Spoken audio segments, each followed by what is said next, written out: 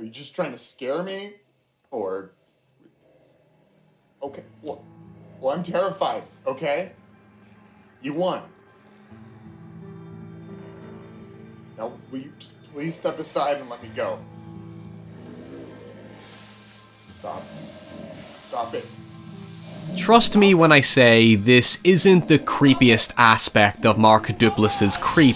In fact, this is pretty tame in comparison to everything else that his enigmatic character Joseph does in the film. I might look like I eat you up, but I'm as friendly as a rabbit. Creep and its sequel are kinda difficult to sell on premise alone, so for the context of this review to work, I'm going to spoil the ending soon, but I do encourage you to keep an open mind because I don't believe it necessarily ruins the overall experience, and to be honest, it's an ending you see coming a mile away. It's just everything in between that you can't predict. The story follows a struggling videographer called Aaron, played by the film's director Patrick Bryce, as he takes a job from a Craigslist ad to document a series of videos for the unborn son of a terminally ill man called Joseph, and from there things become uncomfortably intimate. Now, let's get those tootsies wet. You ready? Get those tootsies. Oh.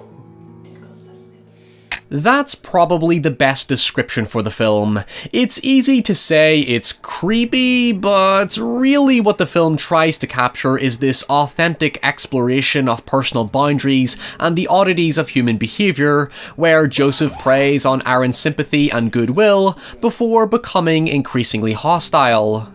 It's a fairly brief watch that relies on a Blair Witch-inspired aesthetic that fits within the mumblecore subgenre, where much of the film is minimalistic, improvised, and the plot itself takes less relevance to the characters and their interactions. As such, the experience is dependent on whether or not you can engage with the character's predicament. I think I'm gonna head back. Got all my stuff on me. I just think I'll just head back down the hill now. Since it's barely 75 minutes long, it's paced in a way where, just as typical horror tropes begin to settle in, it either moves on to something else or finds a way to justify the circumstances. It's one of those films where people will try to out-logic it by saying, oh well, if I was in that situation, I would just leave. And yes, that's exactly what Aaron wants to do, but he feels bad for Joseph and also desperately needs the money, so probably like most people, when your sympathy and desperation are played against you, especially when you're easily susceptible, you naively let your guard down and think, well, yeah, he's weird and all, but it's not like he's a serial killer or something. Aw, poor Aaron. God, the impact of the axe hitting Aaron's head makes me shiver every time. Right, so here's the thing. Joseph's intent is no big revelation, but how we get here is what makes the film a morbidly fascinating watch. Creep is a character study that naturally flows into its sequel, where, through Mark Duplass's incredibly hypnotic performance, Joseph gradually reveals small details about himself that form this mysterious picture of a truly believable serial killer. I honestly think Creep is by far the closest modern found footage film to capturing the pure rawness that the Blair Witch Project established within the subgenre 15 years before it. As such, I totally respect that many people will find the film to be quite boring and anticlimactic, and I do think this becomes a bigger issue in the sequel, where it tries to replicate the same concept with mixed results, but I'll come back to this later. It's definitely unique in how it manages to look and behave so uneventful, and resist the urge to do something flashy for the sake of shock value, and yet somehow still unpack a hefty amount of character enquiry to sustain your attention. I have watched it 3 times now, and I'm still noticing little things about Joseph that make me constantly question who he is, and that's the heart of what makes the film so enjoyable. I understand if you hate the first film and don't watch the sequel, but I think you need to experience both of them together because the sequel actually complements a lot of the information the first film gives you and helps build a more rounded picture of who Joseph is. I'm not going to cover all the specifics because the fun of Creep is found in not knowing what Joseph will say or do next and then analysing his behaviour to essentially build up your own interpretation of his character. The plot of Creep is redundant. It's easy to follow the events of the film, but the information that Joseph reveals is so ambiguous or contradicted by other information that the real purpose of the story is to come to your own personal conclusion. There are very little facts or truths within the film. The information it gives you is designed to be read in various ways, so before you go looking for an explanation, no, you are encouraged to engage with its subject matter, because there are no clear definitive answers to everything. I'm going to recommend that you go ahead and just leave. Right now. What the fuck's going on? Nothing. It's actually quite similar to a game called Her Story, where you search and watch a series of police interviews with a woman suspected of murder, and while the story can be pieced together, the game does not directly explain the true picture to you. It's completely down to how you interpret the material, which can make for either a gratifying or frustrating experience, thematically representing the premise of objective storytelling. It actually makes for some great moments in the film. For example, I theorized that his real name wasn't Joseph, and that all his wealth and property were actually owned by his previous victim, and lo and behold, the sequel actually confirms this by having Joseph introduce himself as Aaron, alluding to the idea that he shapes his identity to that of his victims. Okay, it was smart that you filmed it, and it was smart that you put your phone on speed dial for the cops. But why didn't you at least look behind you? I mean, it just seemed dumb that you would just sit there. Creep does not rely on a script. In fact, it doesn't have one. Scenes were comprised of a simple outline, and like with the Blair Witch, where the directors gave the actors cues and directions and had them react organically, the film's director is simply reacting to Mark Duplass's behaviour. Thus, there's this inherent awkward humanized woodenness to it that feels distinctly natural. Bryce's role does not feel like a performance. Duplass explained that he was inspired by one of Bryce's documentaries and how he interviewed his subjects, and basically had him do the exact same thing again.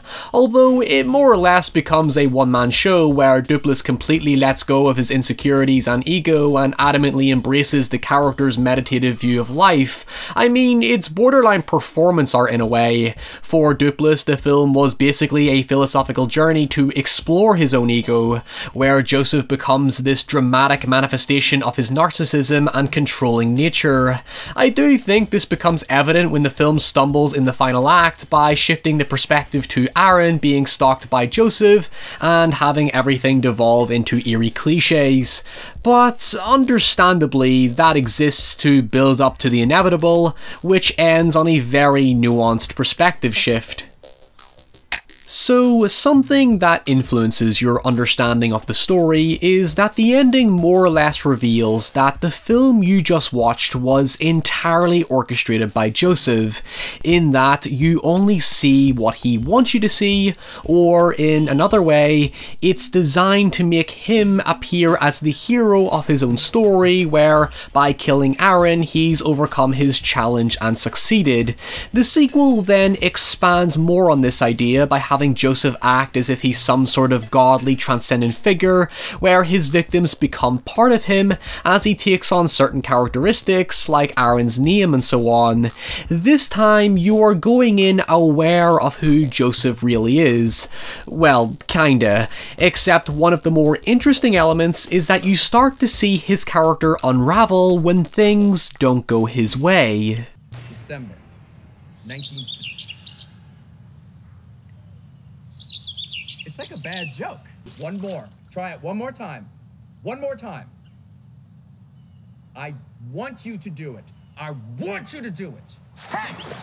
No! No! No! This is my movie! This time, the sequel's tone actually edges more towards dark comedy, since you've grown accustomed to Joseph's creep factor, and our new protagonist Sarah has the polar opposite personality to Aaron.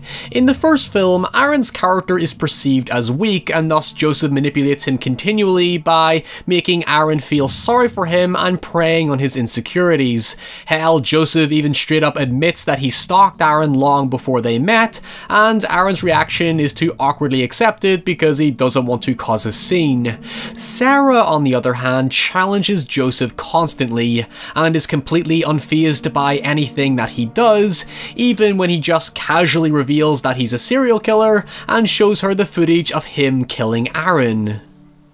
It really hammers in how Sarah's personality is meant to contrast with Aaron, even adding in a cold opening for those who may have skipped the first film, where Joseph kills another victim with a timid personality similar to Aaron, thus insinuating he always preys on those vulnerable to influence. Sarah even goes out of her way to try and trigger Joseph so she can get a reaction from him, because while the story is the same setup of an unsuspecting victim taking a Craigslist ad, Sarah instead has an ulterior motive of filming strange, quirky people for her failing YouTube channel.